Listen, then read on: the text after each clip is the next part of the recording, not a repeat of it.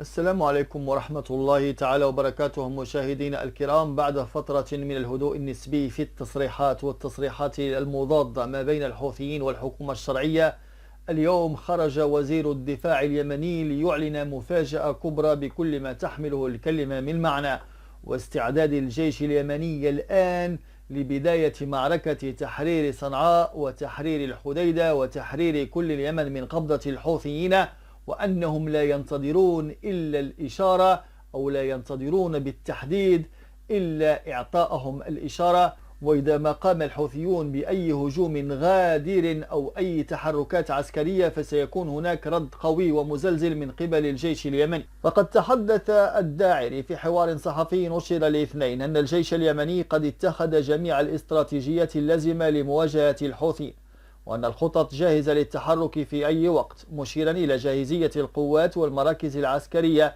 لاستقبال وتدريب المزيد من القوات لتعزيز الخطوط الأمامية.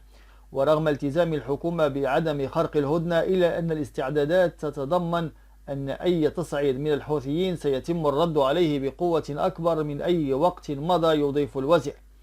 وقال الداعري إن اليمن يعيش حالة من الحرب المستمرة منذ نحو 10 أعوام، وقد شهدت الحرب في السنوات الأخيرة فترات من الهدنة التي تم الإعلان عنها عام 2022 لمدة 6 أشهر، لكن الميليشيات الحوثية لم تلتزم بها، ما أدى إلى استئناف الأعمال القتالية في مناطق متعددة. الداعري أشار إلى أن القوات اليمنية تسيطر على أكثر من 75 إلى 80% من الأراضي اليمنية، وأن المناطق التي تحت سيطرتها آمنة ومستقرة، على عكس مناطق الحوثيين التي تشهد أوضاعا متدهورة. الداعري أكد التزام الحكومة الشرعية بقيادة التحالف العربي والمجتمع الدولي بالهدنة، واستدرك بالقول: لكن في حال تصاعدت الهجمات من الحوثيين فإن القوات اليمنية ستكون جاهزة للرد بشكل أقوى.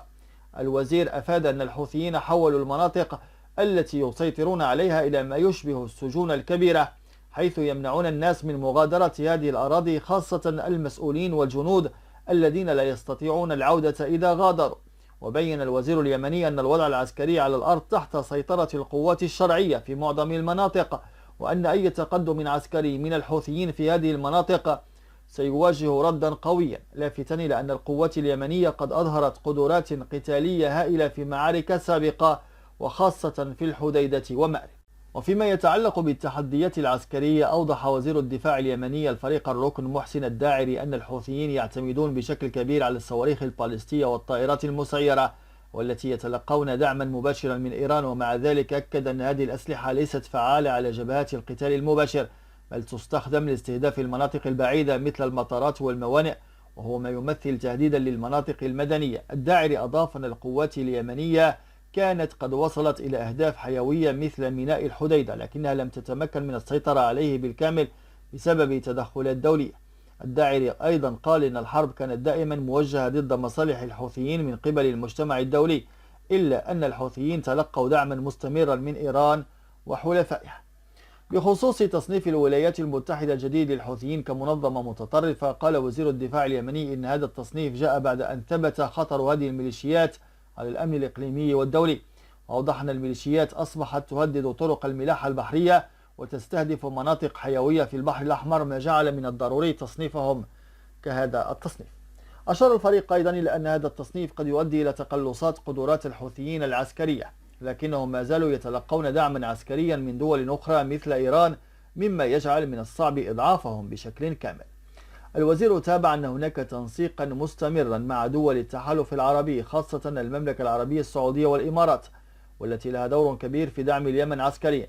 كما أشار إلى التحالف قام بتشكيل قوات بحرية لحماية الممرات البحرية، حيث يتم التعاون مع الدول الغربية في محاولة لتأمين حركة السفن في البحر الأحمر.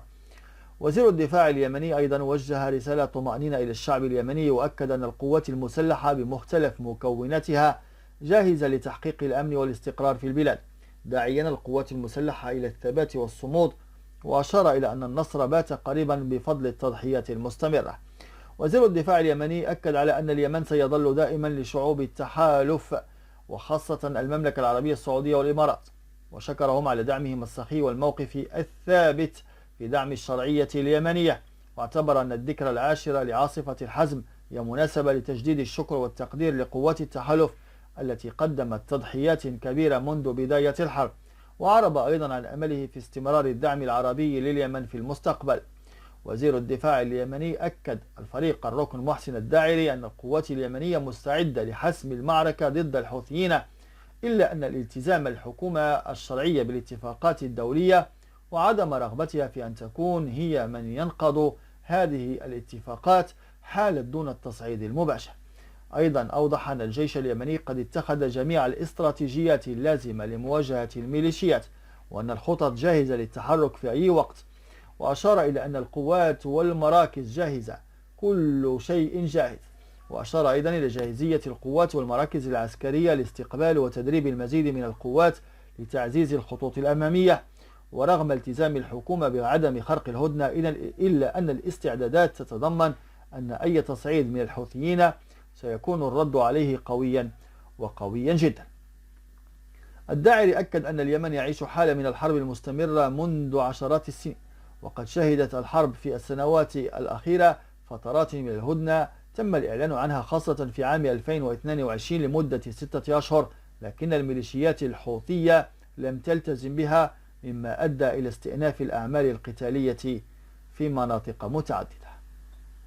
إذا في ظل التحشيدات العسكرية الحوثية خاصة إلى مناطق التماس وخاصة إلى المنطقة الغنية بالنفط منطقة مأرب، تحشيدات عسكرية للآليات العسكرية والدبابات والمزنجرات وأيضا الطائرات المسيرة وعشرات بل المئات من المقاتلين إلى هذه المناطق.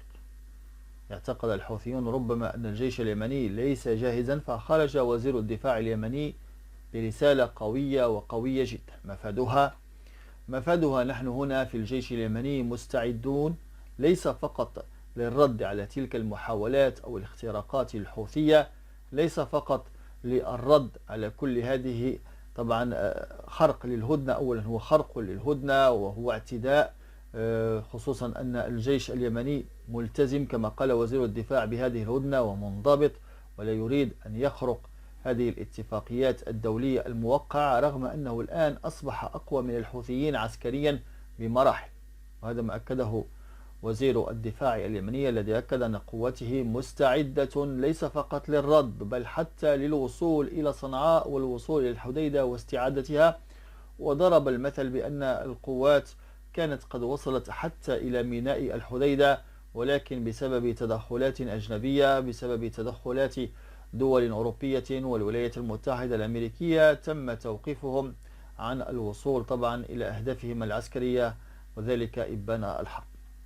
هنا رسالة واضحة، رسالة قوية جدا من وزير الدفاع اليمني للحوثيين: احذروا فنحن جاهزون.